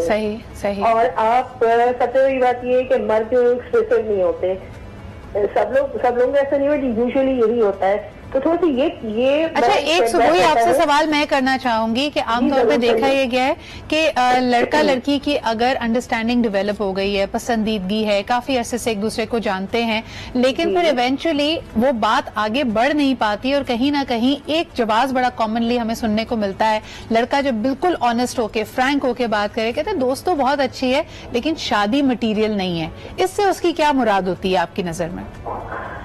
इससे मुराद ये होती है कि मेरे ख्याल में वो ये समझता है कि ये जो शादी की जो रिस्पॉन्सिबिलिटीज है या जो मेरे घर वाले हैं, उनको वो सब चीजों को मीट नहीं कर सकेगी। तो इस तो मुझे ये बात ही नहीं समझ में आती कि आप दोस्ती और अंडरस्टैंडिंग किस बेसिस पे कर रहे हैं। एब्सोल्युटली। अच्छा, इस पे बहुत शुक्रिया सुबह अपना पर्सपेक्टिव देने के लिए। यही बात मैं जीशान की तरफ लेके जाऊंगी, जरा मेल पर्सपेक्टिव भी तो पता चले इस पे। जीशान, काफी अरसे की दोस्ती के बाद, अंडरस्टैंडिंग के बाद, सालों की, जब ये कहा जाए कि जी शादी मटीरियल नहीं है, तो इससे लड़के की क्या मुराद होती है? दरअसल मर्द, आजकल के मर्द खासतौर पर बीवी में जो है वो बैक वक्त एक दोस्त, एक सहेली, एक कुक, एक मतलब हर तरह की जो चीजें होती हैं जो वो ढूंढ रहा होता है। और मर्द को याद रखिएगा, बीवी से सबसे ज्यादा हमदर्दी होती है, लेकिन वो किसी दूसरे की बीवी हो तब, अपनी बीवी से नहीं। और ये प्रॉब्लम है हमारे यहाँ और आजकल बढ़ता जा रहा है। और पता है ये जो ड्रामाज हैं, जो मीडिया है, जो फिल्में हैं, उन्होंने भी इस तासुर को बहुत बढ़ावा दिया है।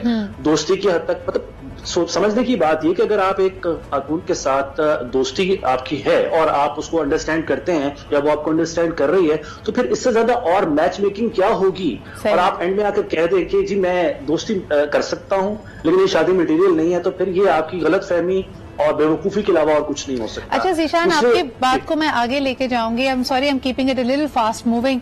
रामीन, आपकी तरफ लेके आना चाहूंगी। जब हम दोस्ती रखते हैं तो जाहिर सी बात है बड़े अप्स एंड डाउन मूड के देखे जाते हैं, टाइमिंग के देखे जाते हैं।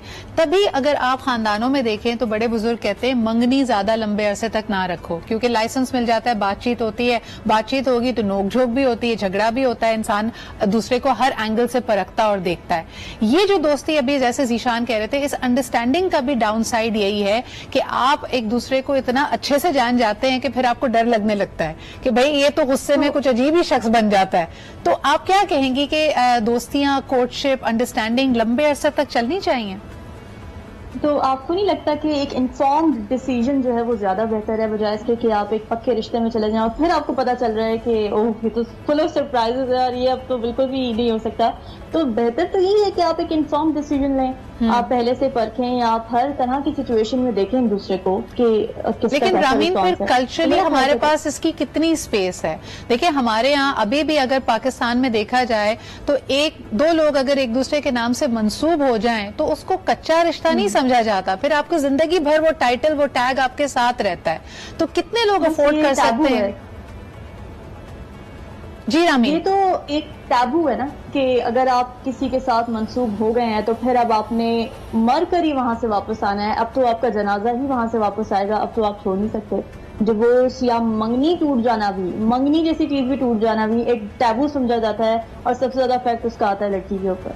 लेकिन अच्छा ये बात फिर मैं शाजिया आपकी तरफ ले जाना चाहूंगी। wasn't that good? May be हो सकता है मैं बड़ी ओल्ड फैशन्ड और ट्रेडिशनल साउंड कर रही हूँ यहाँ पे, लेकिन जब आपकी एक निस्बत होती है, आप किसी के नाम से मंसूब हैं, हमारे यहाँ जो बड़े बुजुर्ग हैं वो यही तो कहते हैं कि पहले के रिश्तों में पायदारी थी, पासदारी थी, कि अगर आपने किसी को पसंद किया है तो फिर यू स्टिक बाय इट, आप अपने मसलों को सुलझाते थे। ये नहीं कि भी इन्फॉर्म्ड हो गए हैं, ब्रेकअप कर लो, आगे बढ़ो, कुछ और देखते हैं।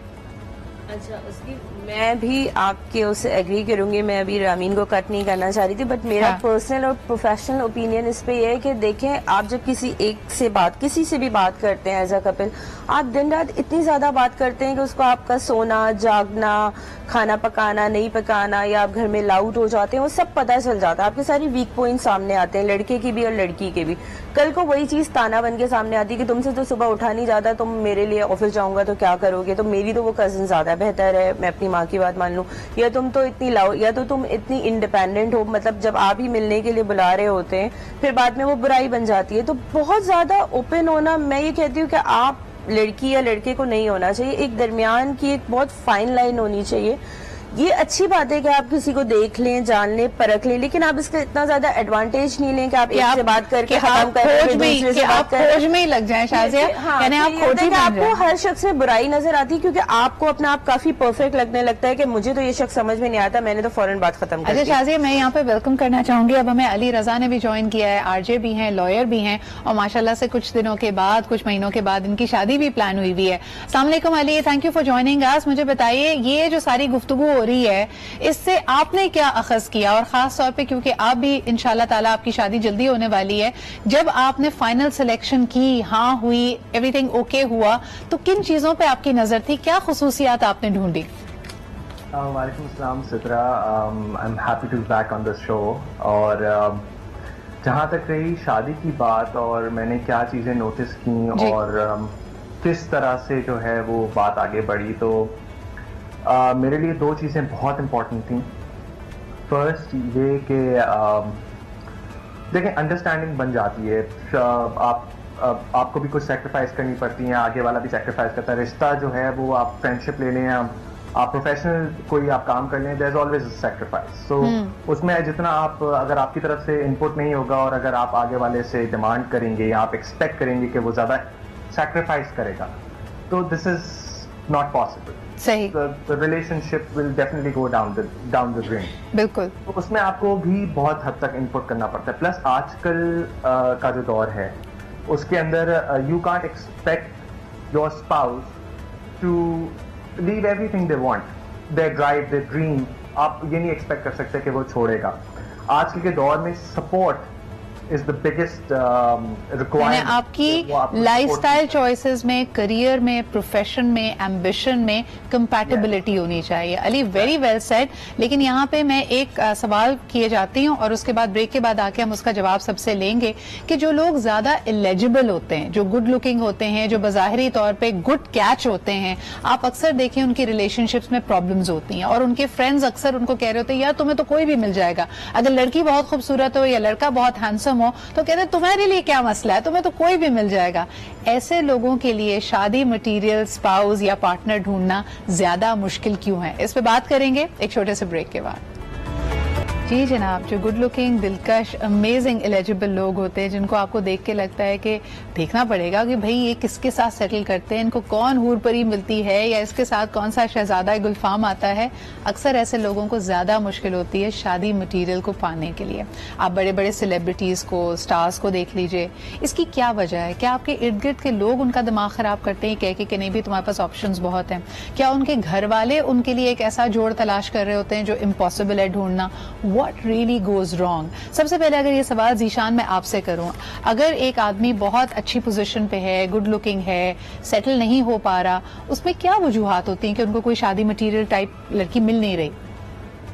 खूब से खूबतर की तलाश इसकी बहुत बड़ी वजह होती है। और दूसरे जो आपने भी कहा वो भी मैं उसको जारी रखूंगा कि लोग जो हैं इर्द गिर्द के, आपके दोस्त, आपके अजीज रिश्तेदार, आपके कलीग्स आपका दिमाग खराब कर देते हैं। दिमाग खराब करने की टर्म मैं इसलिए इस्तेमाल कर रहा हूं कि आप अपने आप को बर्तर समझना जब शुरू कर देते हैं और आप ये सोचते हैं कि मुझे ये सब ये क्वालिटीज चाहिए, फिर आपको ऐसा कोई मिल नहीं सकता। वो तो आपको फिर खुद से क्रिएट करनी पड़ेगी, बनानी पड़ेगी। और वो जाहिर है ये इख्तियार सिर्फ अल्लाह ताला की जात के पास है कि वो इंसान को तख्लीक करे। तो ये जो चीज होती है हम अपने आप को उस सतह पर ले जाए। और एंड पता है ऐसे लोगों का क्या होता है कि वो तलाश करते करते एंड यहां तक आता है कि वो फिर नेक्स्ट बेस्ट थिंग जो भी उनको नजर आ जाए, डेस्परेट हो जाते हैं, डेस्परेट हो जाते हैं बिल्कुल। और इसीलिए अंजाम भी अच्छा नहीं होता। सही।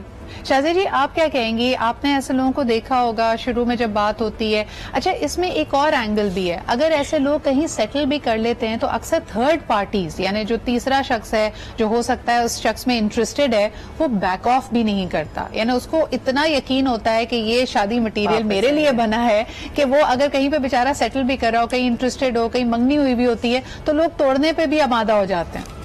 ऐसा होता है। और मैं जीशान की बात को आगे बढ़ाते हुए कहूंगी कि इर्द गिर्द के लोगों के अलावा घर के लोगों का भी बहुत ज्यादा इसमें हाथ होता है। बचपन से अगर लड़का या लड़की है कि जी इसके लिए तो हर एक के लिए बोला जाता है शहजादा आएगा, लेकिन इसके लिए तो हम बहुत प्यारा, बहुत अच्छा लुक्स के कंपैरिजन में, या अगर उसने पढ़ लिख ज्यादा लिया इस तरह का रिश्ता लेके आएंगे।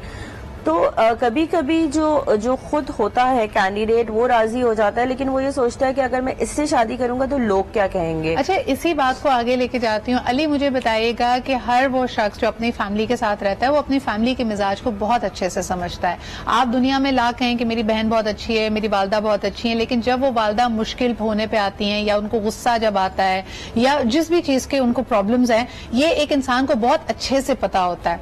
जब हम शादी मटीरियल की बात करते हैं तो क्या कहीं ना कहीं लड़का या लड़की एक शख्स को इस अंदाज पे भी परख रहे होते हैं कि क्या ये मेरे घर वालों के साथ चल पाएगा या नहीं? क्या ये इंपॉर्टेंट फैक्टर होता है?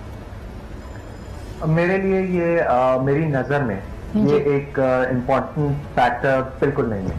अच्छा। उसके पीछे एक बहुत बड़ा रीजन है कि देखें, आप अपने फैमिली को जानते हैं, आप अपनी वालदा का नेचर जानते हैं, अपनी बहन भाइयों का, वालिद साहब का नेचर जानते हैं। हाँ, एक घर के उसूल होना, एक नॉर्म होना एक डिफरेंट चीज है। लेकिन अगर आप सबको प्लीज करने निकलेंगे तो आप किसी को प्लीज नहीं कर सकेंगे। At the end of the day that girl और योर हस्बैंड जो होने वाले हैं, हाँ, उन्होंने जिंदगी आपके साथ गुजारनी है। बिल्कुल। और अच्छा, मैं आपको इस पे एक बड़ा मजे का वाकया बताऊं अली। हमारे यहाँ एक मेरी फ्रेंड थी, शी लाइक समबडी, और वही बात हो रही थी बीच में कि जी घर वाले नहीं मान रहे, घर वाले नहीं मान रहे। तो एक दिन वो साहब ना बड़े गुस्से में आके उसे कहते हैं कि तुम्हें नहीं पता मेरे घर वाले कितने मुश्किल हैं। हमारे यहाँ जब फ्रिज भी आना होता है ना, तो उसके ऊपर एक जिरगा बैठता है और फ्रिज के ऊपर लड़ाई होती है कि फलाना ब्रांड नहीं आएगा, ये नहीं आएगा। तो उस लड़की ने बड़ा अच्छा और खूबसूरत जवाब दिया कि भाईजान, फ्रिज सारे घर वालों ने इस्तेमाल करना है, शादी मेरी आपसे होनी है। तो आप प्लीज अपना जहन पहले पक्का करें and please don't compare me to electronics. एक कॉलर हमारे साथ है, उनसे बात करते हैं। हेलो, अस्सलाम वालेकुम। हेलो अस्सलाम वालेकुम। वालेकुम अस्सलाम। कौन साहब कहाँ से बात कर रहे हैं? अब्दुल साहब बात कर रहा हूँ, मैं कराची से। क्या कहना चाहेंगे सरदार साहब? मैम क्या खैरियत है? अल्हम्दुलिल्लाह बिल्कुल ठीक ठाक। मैम मैंने कॉल इसलिए की थी कि ये जो आपका टॉपिक आज माशाल्लाह से बहुत अच्छा है, और मैं शो भी आपका डेली देखता हूँ। शुक्रिया, बहुत शुक्रिया आपका। क्या कहेंगे हमारे टॉपिक के बारे में? शादी मटेरियल इतनी डिमांडिंग। अच्छा, आप मुझे बताएं, लड़के ज्यादा डिमांडिंग है या लड़कियां? नहीं मैम, ये डिमांड जो है ये इतनी ज्यादा होती नहीं है जैसे मतलब मीडिया पे शो किया जा रहा होता है। हाँ। मेरी असल में मेरे घर पे भी सिद रही है जी। तो अभी मसला ये है मैम कि मेरी शादी को तकरीबन 7 महीने हो गए। ओके। तो अभी जो सिदरा मैं देख रहा हूँ टीवी पे, और जो मेरे पे घर पे बेचारी काम कर रही है, उसमें तो बहुत बड़ा फर्क है। अच्छा, क्या फर्क नजर आता है आपको? वो बेचारी तो अभी सोई हुई उठी है। तो अच्छा जी, आई थिंक सतार साहब, आपकी बात को ना, बहुत शुक्रिया आपके कॉल करने का। मैं अपने पैनल की तरफ लेके आना चाहूंगी। फैंटेसीज में भी हमें लड़कियों को लेक्चर दे रहे थे, सिर्फ लड़कियों का मसला नहीं है, मर्द हजरात भी टेलीविजन पे जो भी उनको पसंद हो लोग, उनसे अक्सर कंपेयर करते रहते हैं अपने घर वालों को। रामीन, क्या कहेंगी इस बारे में आप? जी, आप बिल्कुल सही कह रही हैं, और यही बात है कि ये सारी तरजीहात जो होती हैं वो स्टीरियोटिपिकल होती हैं, और जो हमारा मीडिया होता है वो भी उसके अंदर बहुत ज़्यादा किरदार अदा कर रहा होता है। मैं कल एक आर्टिकल भी लिख रही थी, उसमें यही बात मैं लिख रही थी कि हमारे ड्रामों में जो है वो मजबूत औरत वो होती है जो सबसे ज्यादा कॉम्प्रोमाइजिंग होती है। हाँ। यानी जो सबसे ज्यादा सबमिट कर रही है अपने आप को, अपनी ख्वाहिशात मार रही है, ओपिनियनेटेड नहीं है। ठीक है, वो जो है एक मजबूत औरत है, वो एक स्ट्रॉन्ग वुमेन है, क्योंकि वो सबको संभाल रही है, लड़ाइयाँ भी नहीं होने दे रही। यानी जिसकी आवाज नहीं है, जो कि अवेयर नहीं है, जिसके ओपिनियंस नहीं है चीजों को लेकर, जिसको राइट्स का नहीं पता, उसको मजबूत औरत दिखाया जाता है। जो रो रही है, You're absolutely right। यहाँ पे ही एक बहुत बड़ा डिस्कनेक्ट है। यानी पूरा एतमाद शख्सियत तो वो होती है जो लड़े झगड़े ना, अग्रेसिव ना हो, लेकिन अपनी बात करने की सलाहियत जरूर रखती हो। शाहजा जी, आते हैं अब जरा कुछ खास हमारे यहाँ जो माइंड सेट्स हैं उसकी तरफ। अगर हमारे माशरे में, अगर जैसे मर्दों के बारे में बात अभी आप कर रही थी ना, उम्र की अगर बात करें खास तौर पे 45-50 के करीब अगर कोई शख्स है, बहुत एलिजिबल है, हर चीज है, लेकिन कहीं सेटल नहीं कर रहा, कहीं शादी नहीं हो पा रही, अब जब उसका रिश्ता कहीं पे भी जाता है, आपको लगता है कि लोग अच्छी नजर से देखते हैं या सवाल उठाते हैं कि भाई क्या वजह है, आप तो इतने जबरदस्त हैं, फैमिली अच्छी है, वेल एस्टैब्लिश्ड है, इस उम्र तक आपकी शादी नहीं हुई? देखिए, डिपेंड करता है। जिसके अगर रिश्ता जा रहा है वो फाइनेंशियली थोड़े से वीक हैं, लेकिन लड़की बहुत प्रिटी है, या एज डिफरेंस है, या बहुत यंग एज में कोई निकाह ब्रेक हो गया या मंगनी हो, कोई ना कोई एक ऐसा वीक पॉइंट अल्लाह ना करे किसी के लड़की वालों की तरफ होता है। अगर लड़की भी इतनी वेल सेटल्ड है या उसकी फैमिली है, बहुत एजुकेटेड है, एम्बिशियस है, तो वो जरूर बोलते हैं, वो कहते हैं कि हमें ऐसी क्या मजबूरी है कि हम इनको कंसीडर करें, हम मतलब अपना जो एक एज ग्रुप का डिफरेंस है या चीजें, हम उसके लिए जाएंगे। तो ये सवाल होता है कि अब तक ये कहाँ थे या क्या कर रहे थे।